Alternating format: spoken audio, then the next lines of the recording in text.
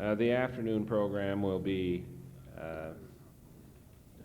the chairman will be John Milhone, and I'll let him explain the procedure and introduce the panelists. The Iowa Civil Liberties Union Board will meet in room 204, 205, immediately following the afternoon session.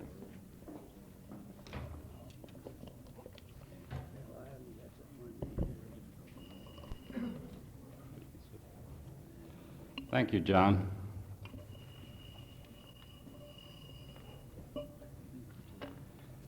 The great constitutional issues that the ICLU and the ACLU deal with that are most challenging and demanding and wrenching are not black and white, good and bad, the Constitution against the troglodytes. The basic issues are the Constitution against the Constitution, one right against another right, and how these contest and are weighed and determined. This afternoon we're going to deal with two related press rights where there is this kind of contest. On one hand, there is the First Amendment's right to freedom of press and speech. Contrasting this on one side is the argument that there ought to be some procedure for providing access to the press and to the media. Otherwise, unpopular views and ideas and individuals will not be given a chance to express themselves. This clash is going to be the subject of our first half of the panel. The second clash is the clash between the First Amendment and the concept, also deep in Anglo-Saxon law, that no man is too high to be called before a grand jury and testify. This will be the last half of our panel program, that dealing with shield law. Let me give you a few of the ground rules as far as our panel go. In talking to the men who are on the panel, I found many of them were as qualified to express views and had views about the shield law as had views on access and press councils. So we're going to deal first with access question and press council with this half of the panel, and after that we will have an interaction, questions from the right half of the panel, and then after a go around there for several minutes, we'll open it up and have questions from the audience.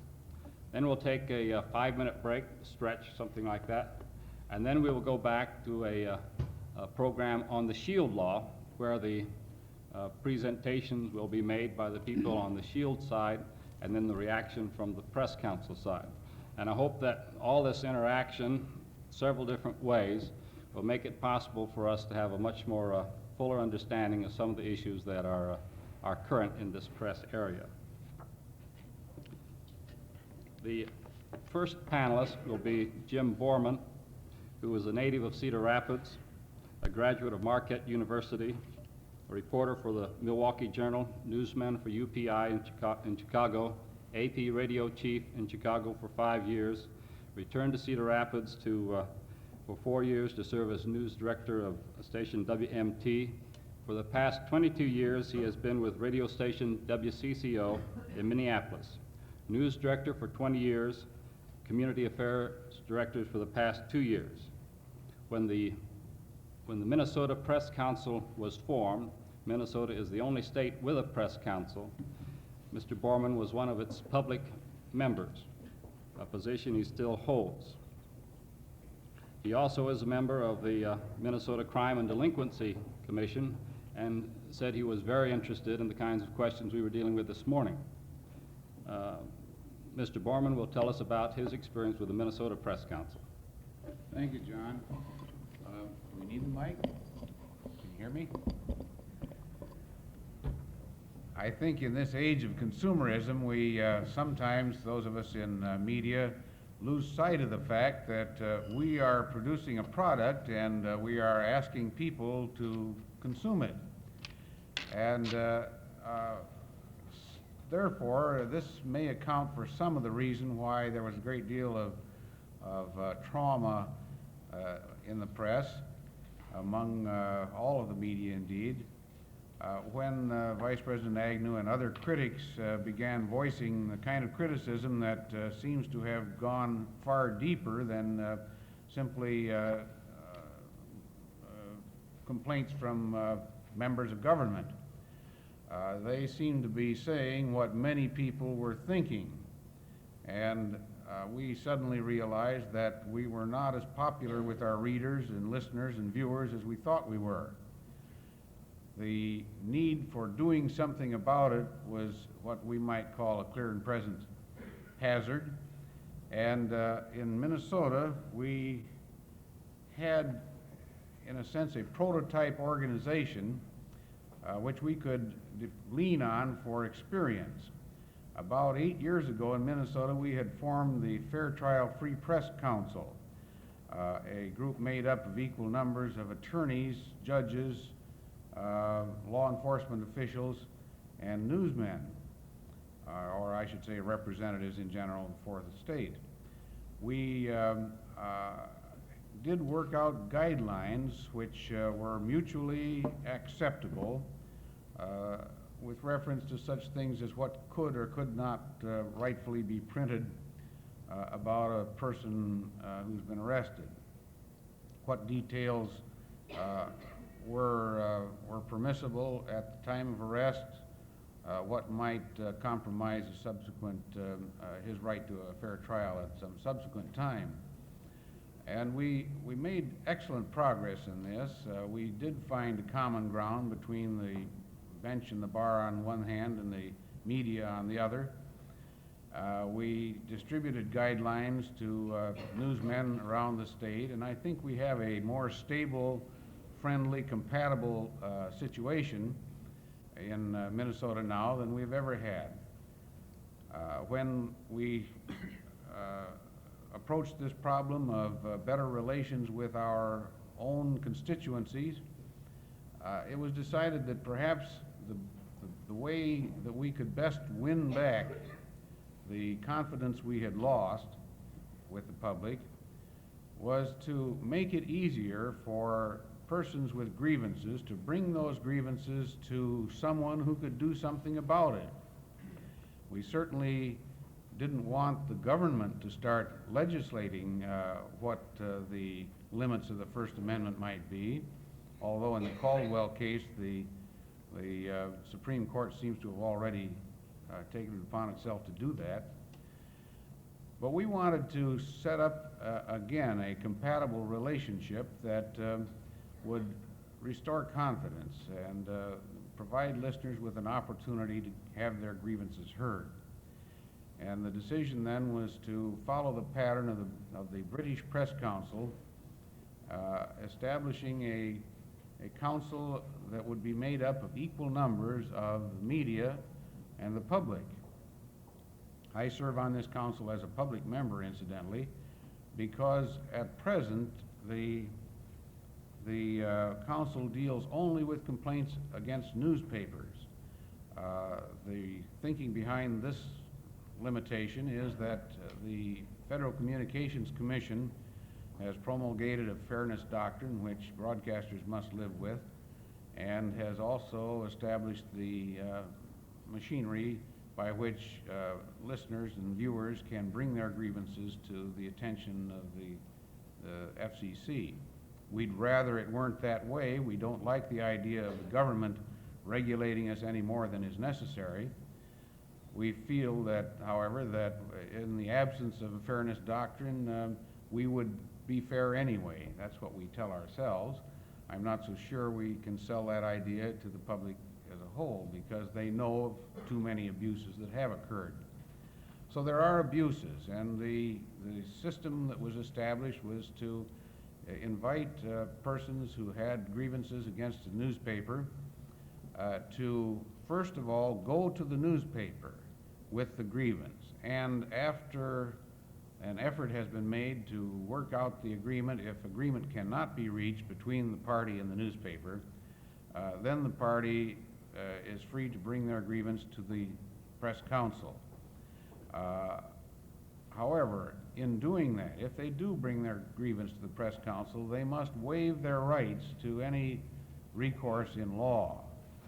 In other words, the council doesn't want to be handing down judgments which might prejudice a case in court at some previous or subsequent time. So the important thing is that we will handle a grievance only when the course is clear for the decision that we arrive at to be a clear decision and an unprejudiced one.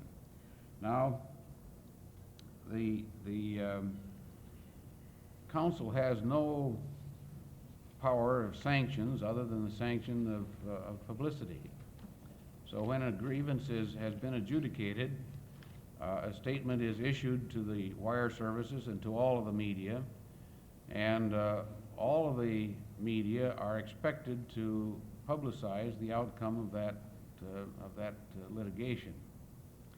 I probably shouldn't call it litigation since we're strictly an extra-legal organization.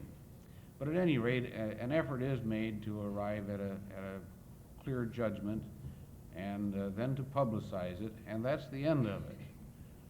We have so far handled 3 of these cases. There are 2 others pending, and I'll be glad later on, if you care to hear about the individual cases, to outline them for you briefly. But I feel now, at least, I've indicated what the general outlines of the press council are. Keeping in mind, please, that our motivation is to improve our relations with our constituency, to win back public confidence in the press. Thank you very much, Jim. The next speaker is Chuck Davis, a graduate of Wichita State University, taught 3 years, worked for the Wichita Eagle and the Rapid City, South Dakota Journal. In 1961, he became editor of the Iowa Falls Citizen and Hardin County Times.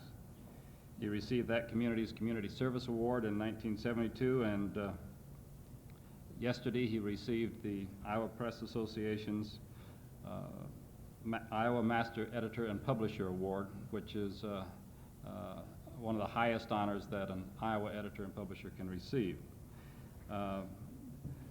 Chuck was the first editor, publisher to establish a local press council in Iowa, something which he did about a year ago. And he is going to tell us some of his experiences as the founder of the first local press council. Chuck. Thank you. Well, our impetus, our reason, I suppose, was much the same as in Minnesota, where they established a state press council. We were just as enraged in Iowa Falls over some of the things that have been said about the press as anywhere else. However, it's an entirely different matter, and I'd like to see a show of hands of the people here who live or have lived in towns of, say, under 10,000. Okay, good. You'll appreciate a little bit of what we're talking about then when we get into community journalism. And you have to realize that, first of all, that there isn't much of a pattern to talk about any press council. The Minnesota people say they worked after the British pattern, but in community press council there just isn't that much going. There has been one going since the late 1940s in Littleton, Colorado, and I suppose any of us who have since established one that's been permanent or temporary have looked at that. And there have been a few others that have come and gone, but few of them have been of a permanent nature. But in running a community newspaper, a country newspaper, if you will, the editor gets into just a little bit of everything. Try as hard as he may, he's going to be aligned, in some people's minds anyway, with the establishment. And I suppose that I'm guilty of that to a certain degree, only we don't like to think of ourselves as an establishment-type newspaper. The Iowa Falls newspapers for well over 70 years, well, ever since the beginning, have been identified as papers which practice maybe what's best called a personal type of journalism. There was a man who was editor in Iowa Falls for well over 40 years, Ira Nichols, who could just curl your hair if you go back and read some of the things that he wrote. And the tradition was carried on a much different level, but my friend Carl Hamilton, who's now here at Iowa State University and who was editor at Iowa Falls for 14 or 15 years. We're a rather activist type of country newspaper. I think we do talk about some things that I don't see my colleagues in the community press talking about. And when you start into this sort of thing, and I don't want to say that we express ourselves editorially in everything that goes into the paper, but we do cover a fairly wide range of subject matter, and some that I think my friends don't approach. But when you do this, you're going to ruffle some feathers, and you just can't help it, and we expect it. That doesn't worry us, but we do want ourselves to be considered as being fair, and this doesn't always happen. People do have their opinions about us, but it's an awful easy thing in a community newspaper to go down and sit and have coffee with one group of people each day, or go to Chamber of Commerce board meetings and hear the expressions there, and tend to shut out other things and other people. So we decided that the Community Press Council was one way to reach more people, get more different ideas expressed to us, let people have their say. We were genuinely concerned that people know that the Iowa Falls papers were trying to do the best they could for everybody in that community, at least by my judgment anyway. So we had been reading for a number of years about different press council experiments. A year ago last January, we finally decided, well, we've procrastinated long enough, let's just do it. And with a very little to go on, I sat down and I came up with a list of 12 people in the community whom I thought might give us a start. You might be interested, there's a high school teacher on there, there's a college teacher, there's a minister's wife, a couple of housewives, there is a farmer, there is a farmer's wife from a neighboring town who also teaches. There's only one Main Street merchant. As I said, there is a farmer. And we also have the first semester editor from the high school student newspaper, just thinking that if the kids have any inclination at all towards journalism, well, this is one way to let them see it. We meet quarterly. We've now had 5 meetings.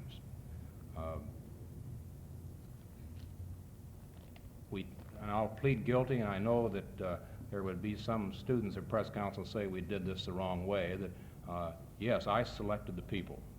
I'm guilty of it. But there's nobody else to get it going, so we did it.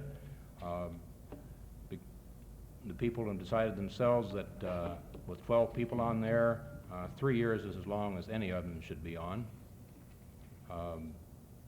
And they drew straws for 1, 2, and 3-year terms in the beginning, and now we've been through our first year, and the people who had the 1-year terms are going off.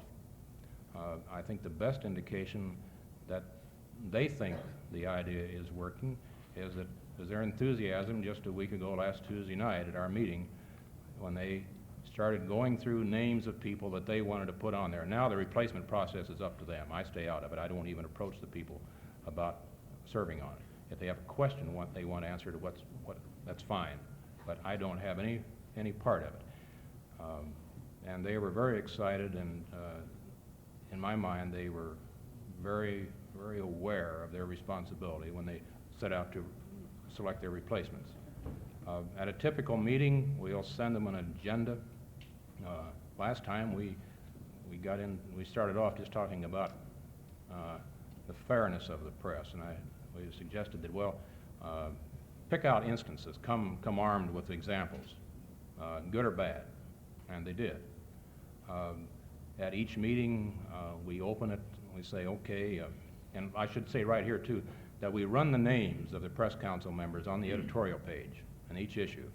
And we tell our readers that the members of the press council will welcome, solicit their opinions and their suggestions and their criticisms of the performance of the Iowa Falls newspapers.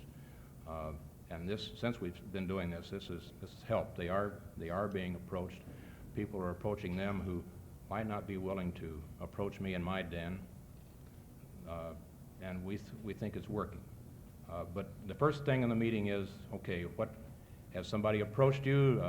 Has somebody have a complaint? Have you heard something? Have we done something poorly? Well, maybe we've done something well, too. We always like to hear that. And you can count on about half of them having something to say. Sometimes it's rather severe. Sometimes it's a matter of comment. We have a practice of writing something about this meeting in a subsequent issue of the paper, particularly the complaints. If somebody has complained or had some criticism of the paper, and they voiced it through one of the press council members, we say what the complaint is. We say if we agree with it, we think we were wrong, we admit it. If we think we were right and we disagree, we say that, but we at least let the public know that those grievances are finding their way to the paper's management. We could go on and on and on here, but I imagine the 10 minutes is up, and thank you. Thanks a lot. Our next speaker is Wendell Benson, a graduate of Iowa State. He's been an Iowa newspaper man for 25 years, farm editor, copy editor, city editor, news editor before becoming managing editor of the Marshall Times-Republican. He headed an ad hoc committee studying for Governor Robert Ray the possibility of an Iowa shield law. And his views on this will be interesting when we get over on the shield half of the panel. He has agreed to play the role of the devil's advocate today, and I've asked him to present the arguments against the press council, and have agreed to make it clear that in doing this, these are not his personal convictions, but in order to get the opposite views represented at this meeting, he's going to express the views of those who are opposed to this type of weakening of the editor and publisher's prerogatives. John, thank you. I think when you start addressing yourself in thought to a press council, one of the first questions we should ask ourselves is, who is it in our society that's asking for a press council? Where's the thrust coming from? And if you analyze the things you read, the things you hear in the area of a press council, almost invariably it's someone outside the press. And that of itself is probably as it should be. I'm not saying that's all bad. All I'm really saying is the people who know the press, if we can count the professionals as professional in this instance. Excuse me just a minute. I got an announcement here that I should have gotten before you started. Is there Mrs. Edmund Blinn in the audience? You're asked to call home. It's an emergency about your furnace, so it's a secondary. And sorry, Wendell. I believe that's a lot more important than the press council.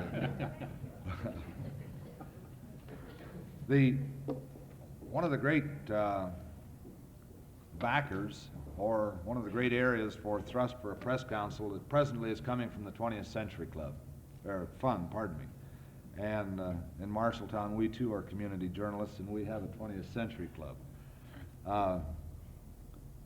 The 20th Century Fund's proposal for a national press council envisions only a council that would gear itself to the so-called wholesalers of news the national wire services, the national dailies, such as the New York Times, Washington Post, the news magazines, like Time, for example, Newsday. As has been said by Jim and Chuck, the broadcast media is not included because they are under the guidelines of the Federal Communications Commission. So the Press Council as envisioned is for only the wholesalers. That means that Chuck and myself and all who are acceptors of a wire service, for example, supposedly our thinking has been done for us in the area of a press council. Well, that scares me just a little bit right there, because as a newspaper editor, I kind of think maybe I sit in a better chair to know what's good in central Iowa as opposed to, and central Iowans' right to know something, as opposed to somebody in the Associated Press Bureau in Washington, D.C., who might be looking over his shoulder this way at some press council. So I raise this just as a question. My second big question that I would like to just have you think about for the moment, how can you establish a set of rules for grievances on something so imprecise as news? Hell, there's no two apples in that basket that look alike even. It's a little tough to set up a black and white set of rules when my newspaper may have a given set of facts that are very near like Chuck's newspaper and a given set of facts in Iowa Falls, but for the fact that Iowa Falls is in Hardin County, Iowa, a town of 6,000, I'm 55 miles to the south of him, in a town highly unionized, let's say, of 27,000. The same story about our common community college, it might have a lot of different implications. Thus, here we are working with the same basic story, and supposedly we're going to live with a set of rules that are promulgated by a press council. I don't think you can take grievance rules and apply it to something so imprecise as the society's activities, and actually that's all news is a chronicle of the day's events. So that, to me then, this leads right into my third point.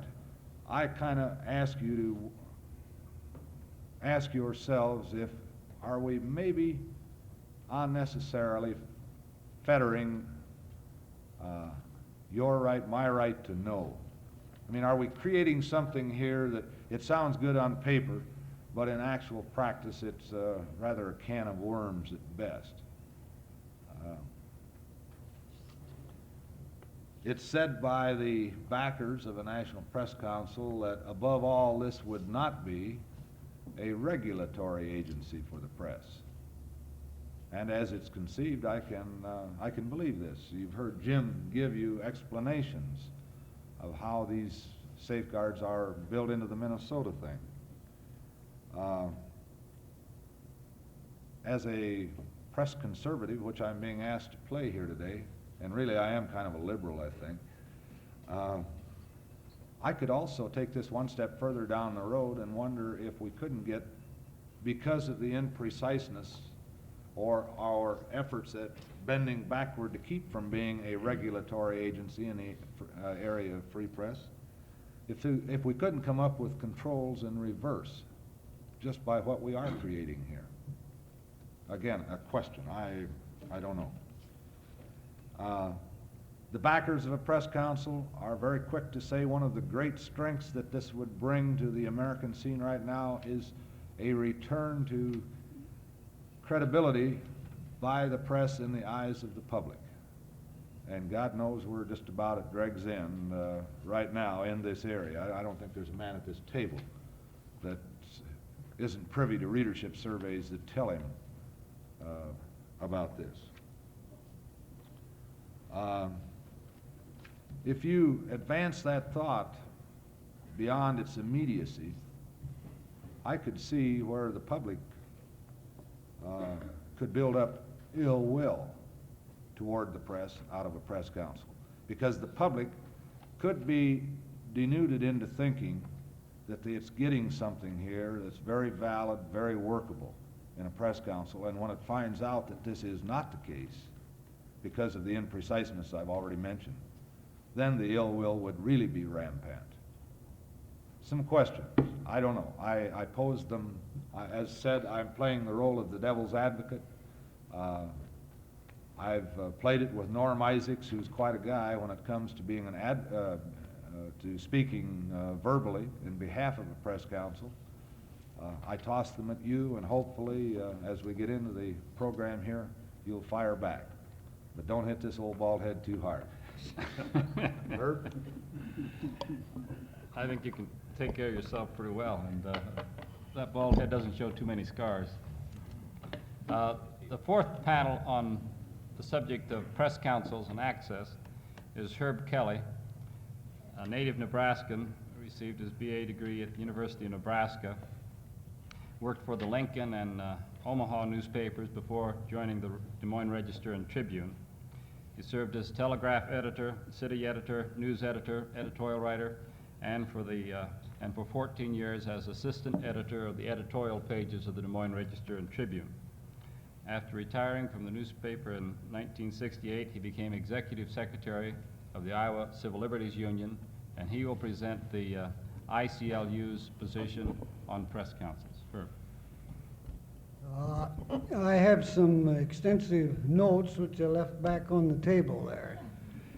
So I'm glad that, one, John gave my pedigree here, which shows that essentially I'm a newspaper man.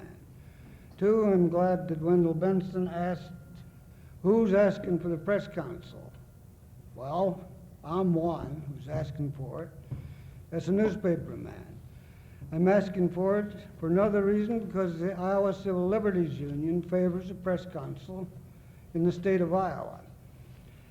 The ICLU proposed in 1970 that suggested, just threw out the idea that a press council should be established in Iowa. We hoped that Iowa would be the first state to have one on a statewide basis. We were not. We don't have one. We haven't made much progress since then, but some perhaps. Minnesota was the first, as you know. Well, why did we take this position? Well, let's go back to access to the press first, and then you can understand, I believe, why the ICLU took the position that it did. At an ACLU convention at Ann Arbor, the delegates to this biennial conference gave a great deal of attention to this access to the press problem. And they heard the legal theories of Jerome Barron, who well known to newspaper people and legal people in this area. Now, he thought there should be a legal right for minority and dissident groups to get their views in the press, that it could be, he was talking about both the newspaper and the broadcasting media.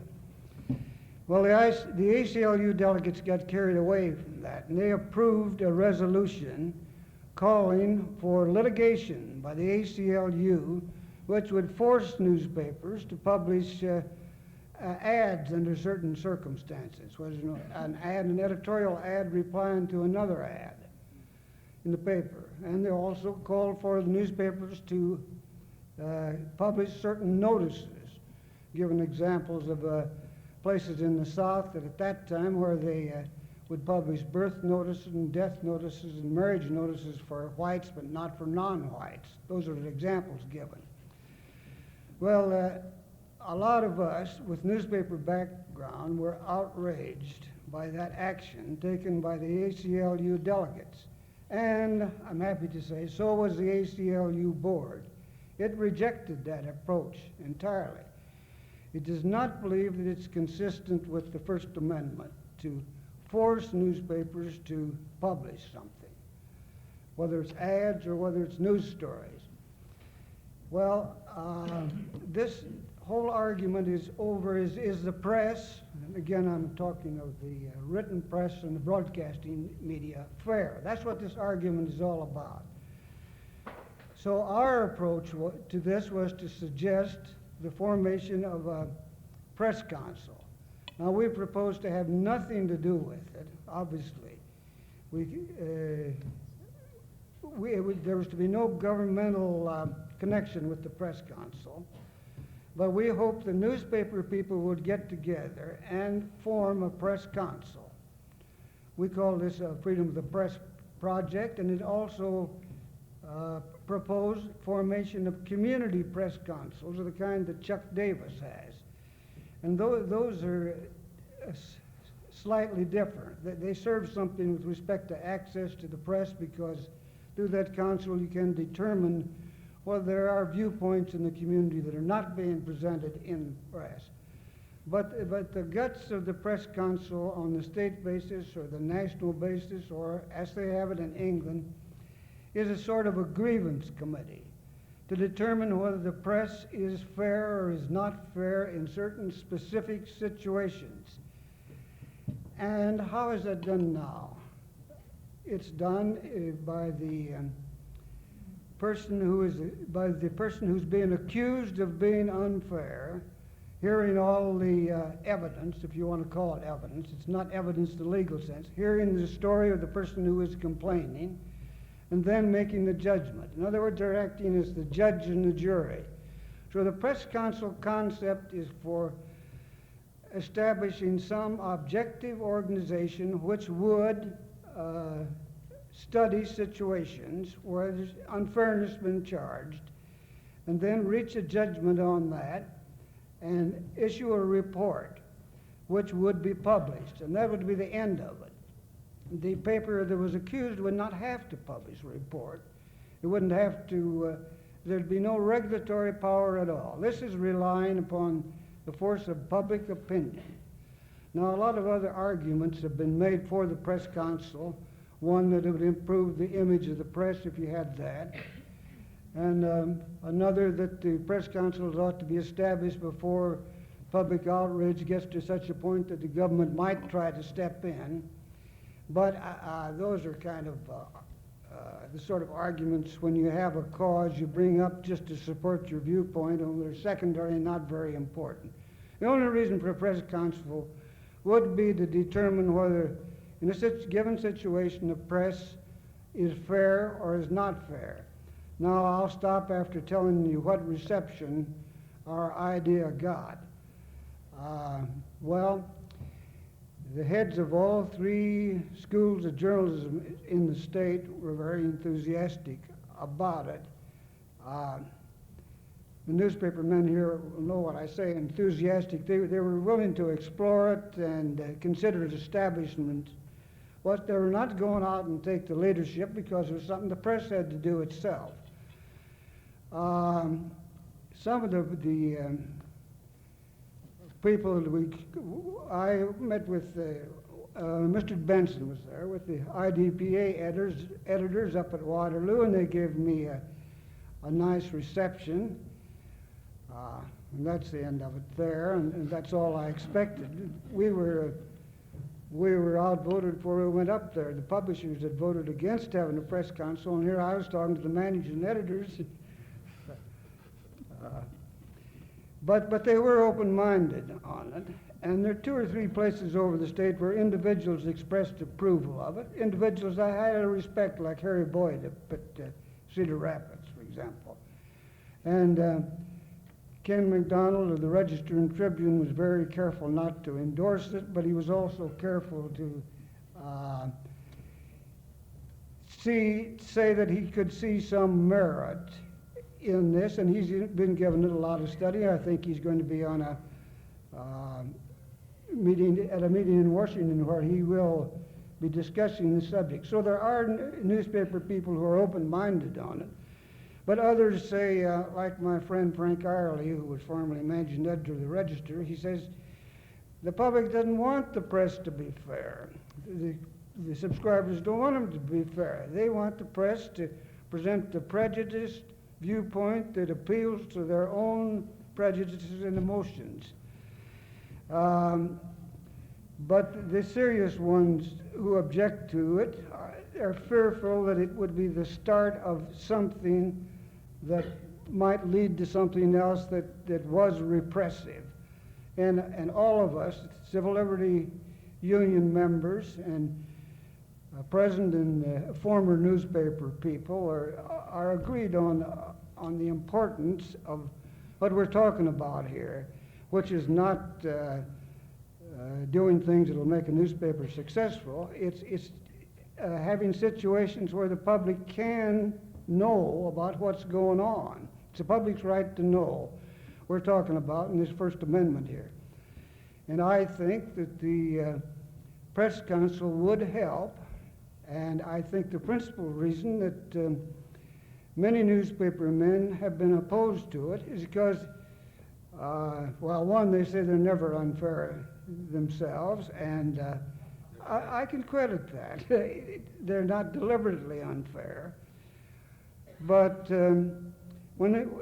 isn't there a conflict of interest if there's something you complain about to the newspaper and the person who's passing judgment on it, let's say it's the Register and Tribune, would be somebody like Ed Hines, and the complaint was about his what his star reporter did on one given situation, and Ed, as devoted as he is to principles of civil liberties, would find it just a little difficult to condemn that reporter. I just think there ought to be some objective organization that could review these situations. Now, I wouldn't object to a press council that was all newspaper men. Myself, I think it'd be much better if it were, as the Minnesota one is, half lay people and half media people. But I think there has been just a little gain, and I think at just the right time that you might see some developments in this area of establishing something in the nature of a, if you want to call it a grievance committee or a press council or something of that nature, which will help in determining whether the press is fair in given situations or not. Thank you very much, Herb. Now we'll have time for members of the other half of the panel to ask questions or make any statements they would like to on this subject for a few minutes, then we'll open it up to the audience. Anyone down here would like to ask a question? Ed? I'd like to ask Jim a couple of questions. You mentioned that you were a representative of the public in that press conference. And then you were also going to describe some of the cases. While of course WCCO radio and television is not obviously not a newspaper, the two principal stockholders, if I'm not correct, are the Ritters in St. Paul and the Coleses in Minneapolis. And I was just wondering how you got on there as a public representative. It's true that those two newspaper organizations are minority holders in our company. And it's equally true that as minority holders, they have no voice or control over what we do. I think it is a little difficult to explain why I was selected. I didn't mention that the initial members of this council were selected by the Minnesota Newspaper Association. And I asked why they had included me as a public member, and they said, well, since we're not going into broadcasting, we couldn't include you any other way, and we wanted you on there. So that's why I'm there. I think, though, that there's something to be said for having the other media represented, even if only as a devil's advocate, perhaps. Just by way of giving you a clue as to what kinds of people represent the public on that council, the chairman is an associate justice of the state Supreme Court. Earl Craig is a black member of the university faculty. Dr. Edward Gerald is also he's from the journalism school at the university and is an expert on the British Press Council, has written books about it. Jim Hetland is vice president of a bank, and he's a well-known environmental development person there, and a former head of the Metropolitan Council, which is a very powerful central organization in the Twin Cities area. Dr. Malcolm Moose is president of the University of Minnesota. Gordon Rosenmeyer, former state senator, until his defeat, he was the strong man in our state legislature for many years. The state attorney general, Warren Spanis, and an Owatonna homemaker, Mrs. Annette Whiting. Those are the public members, a fairly wide-ranging sample of the public, I believe. And I think that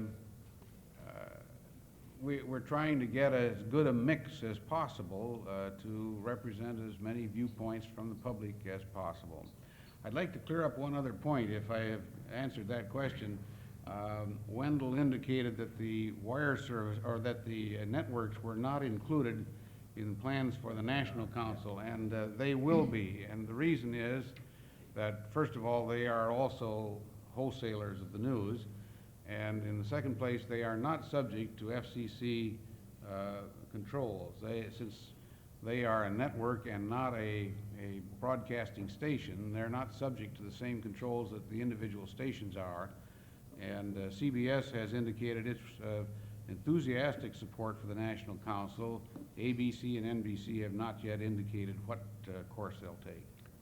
Jim, one other thing, I'd like you to get into those individual cases, because you mentioned there were 3 of them that had been settled and what, 2 or 3 pending. And I'm not too close to that, but if I remember right, 2 of those cases were against the same paper, and it was a small labor-oriented newspaper of some kind. And one of them, I think, has been already decided, and the other one maybe is one of the pending ones. I don't know, but of the small number of cases that you've had, 2 of them have been against the same paper, which certainly isn't a major publication in Minnesota, is it? And by an even more remarkable coincidence, the publisher of that small paper, the labor paper in St. Paul, was a member of the press council and also a member of the grievance committee. He had to withdraw from the committee to plead his case. And in one instance, the decision went against him, and in another, it went in his favor. The third that has been adjudicated involved a small weekly newspaper in northern Minnesota, where the publisher had given assurances that names would be withheld from letters to the editor that were published if this was requested. He published such a letter, withheld the name. It was a letter criticizing activities of the city council, and when the president of the city council asked the publisher who had written the letter, he showed him the letter. And the council ruled against him and indicated what we would recommend as his procedure in the future. I think there's one thing we want to keep in mind in all these discussions about access to newspapers or things like fresh yield laws. That's it. Who does the First Amendment protect? The newspaper, or the newspaper reporter, are the people who are supposed to get the news. And getting the news, I think, partly is involved in having access to it. I think a state like Iowa has a special problem. The name of it, I think, is the Des Moines Register, in that it's a single paper that reaches most, if not all, the state, and it prides itself on being such a medium. I think because of that it creates a tremendous force either to move this state ahead or backwards, or to keep the status quo. I mean, I'm sure everybody in this audience has picked it up at one time of the week and thought, my God, what is that about, or something. And I think it would be healthy for that paper and the media generally in Iowa, and I think that's why it's important to have lots of media people on these press councils, to have input from the public and other sources that just aren't tapped, because One, it's a big enough paper where it can't print all of the letters, the views that come into it, although I think they do a pretty good job at attempting to. Two, it will, I think, help this state in airing more of the issues that don't get to the public under the present system. Is there anyone who would care to, Art? Well, I was sort of curious about one thing when he was going through this council. It seemed right the most establishment group you could put together. You know, so and so is the most powerful of this, and so is the head of this, and all that. And I'm also, somebody used the phrase they wanted an objective organization, and the term organization sort of frightened me too, because I could see where these press councils sort of evolving in both of those directions. In other words, you have an organization that implies very, structures and rules and guidelines and so forth, and then the other push having this the directors of this organization essentially also being directors of the activities in the community or the state. And it seems to me one of the most important needs is not so much to ensure that different powerful forces have leverage on a newspaper or something like that. But for example, I grew up in a small town in Maine where there was a single news source, and they talked and printed a great deal of stuff about the comings and goings on of the sort of the what I call the English Protestants in town, and they never paid any attention to the French Catholics. And I was an Irish Catholic, and they didn't pay much attention to us either. But I could see if you took all the big and powerful people and made a press council in that town, they still wouldn't have paid any attention to the French Catholics or the Irish Catholics. And I just wondered maybe how do you combat this when you're setting up one of these organizations? And Do you want me to respond? I'm afraid I'm monopolizing this microphone. I'll reply briefly. I would, in this case, ask Representative Small whether he believes in the system of the blue ribbon panel for grand juries. This, in a sense, is what they were attempting to accomplish here. Not just a peer group, but a broadly based group of knowledgeable people. well, I think you can have knowledgeable people. I have a tendency to be somewhat suspect frequently, I tell you frankly, of blue ribbon panels. Like they usually tend to be quite establishment and in my experience Republican. And I wonder sometimes, like the views of the people. Somebody addressed themselves to the point earlier how in communities sitting down south and so forth, nobody paid any attention when the blacks got married or died and things like that. And that seems to be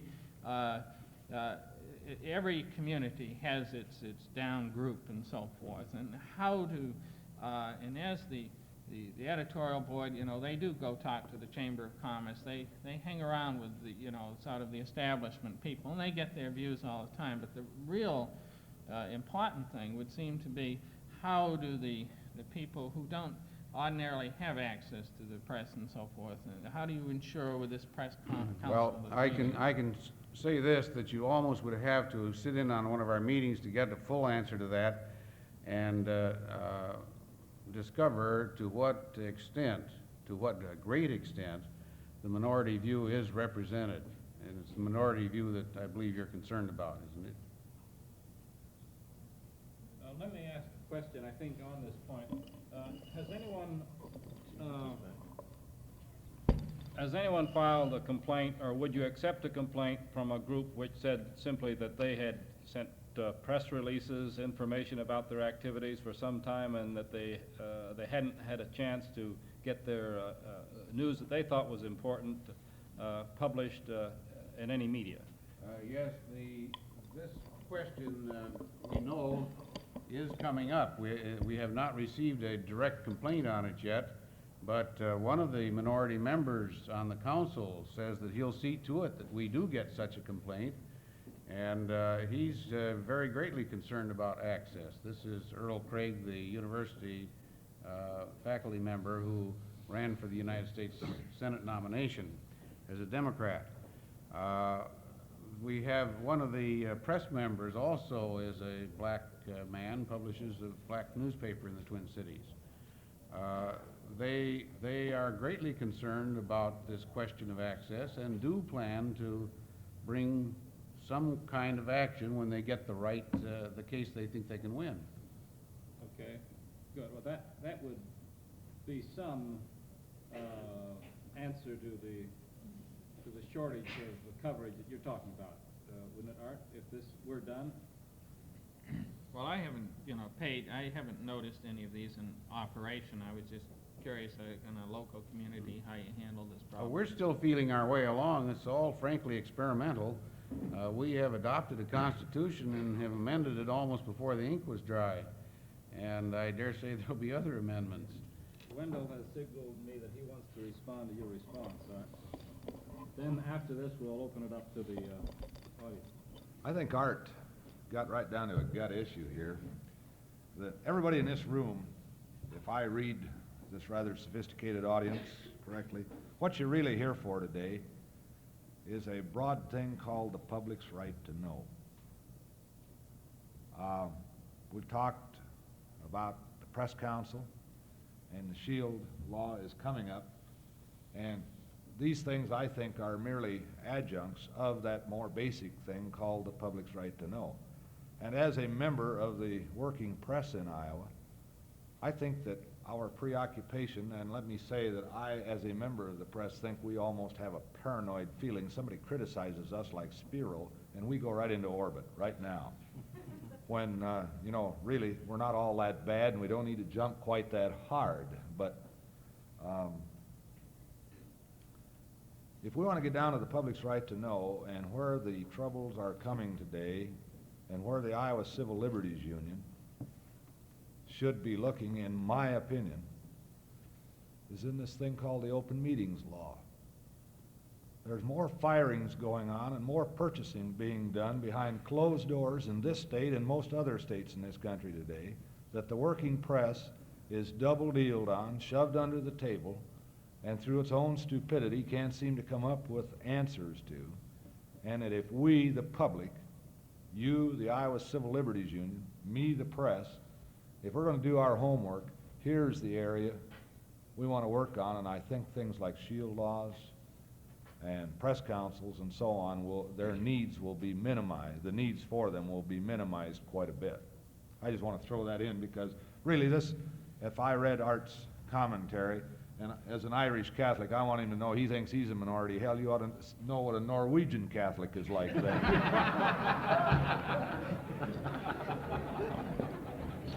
I didn't know there were such animals. Okay, now we're open to questions from the audience. I'm curious to know how far some of the members of the panel think that the powers of any press council should go. A couple of things come to mind that occurred during the last campaign, for example. I think a lot of the supporters of Senator McGovern were rather bitter by the end of the campaign. That really what had happened was that, in their judgment at least, that the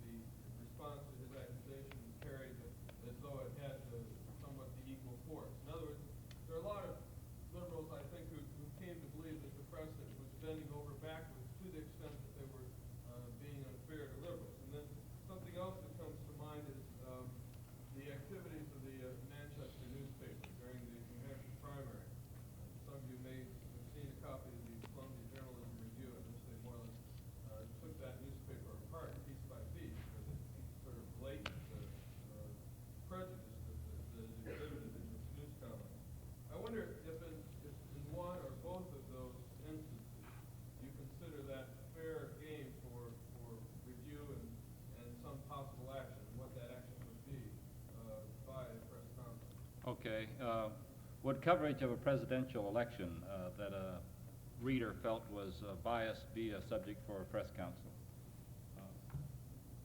Jim, Chuck? I would say so. What about the problem of a Maverick newspaper that covers an event which clearly looks as if, to most outside observers, as it's distorted, such as the Manchester? Well, I don't think that's the first time gentlemen of Manchester has ever been taken apart, and it hasn't done any good either.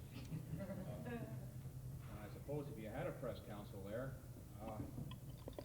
it would be a likely subject for review. But on the other hand, I have my doubts that whether it'd make any impact on that man at all. And I don't say I like that, but I'll say thank God that's the way it can be. Right? Well, I think Representative Higgins' question leads to the point where the press goes so far as to deny presidential press secretaries access to the news media if the president is not going to publicly address the Congress, State of the Nation, or is not going to, give you a specific example, the question of whether or not a mayor ever has a response from the Secretary of Housing and Urban Development. Senators were asking this in the committee hearing because the senators themselves could not get a response from the Secretary of Housing and Urban Development. Now, you get down to where the press will take seemingly anything that, in almost any way that the president will throw at them, but will they, in my opinion, quit playing the game and say, if you're not going to respond at an equal level, then we're not going to give you the coverage. That's taking it pretty far, but in other words, is the press going to, in effect, on their rights, demand answers?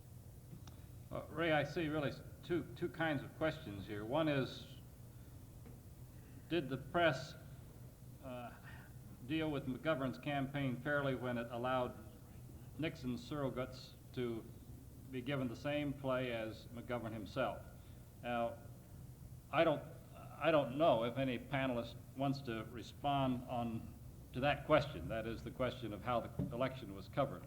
I think what we can probably respond to is this the kind of thing that a press council would deal with? And I think that that would be a difficult thing to deal with, but from Jim Borman's answer, this would be the kind of thing that a council would struggle with. Herb, what do you? Wouldn't necessarily produce an adverse answer, however.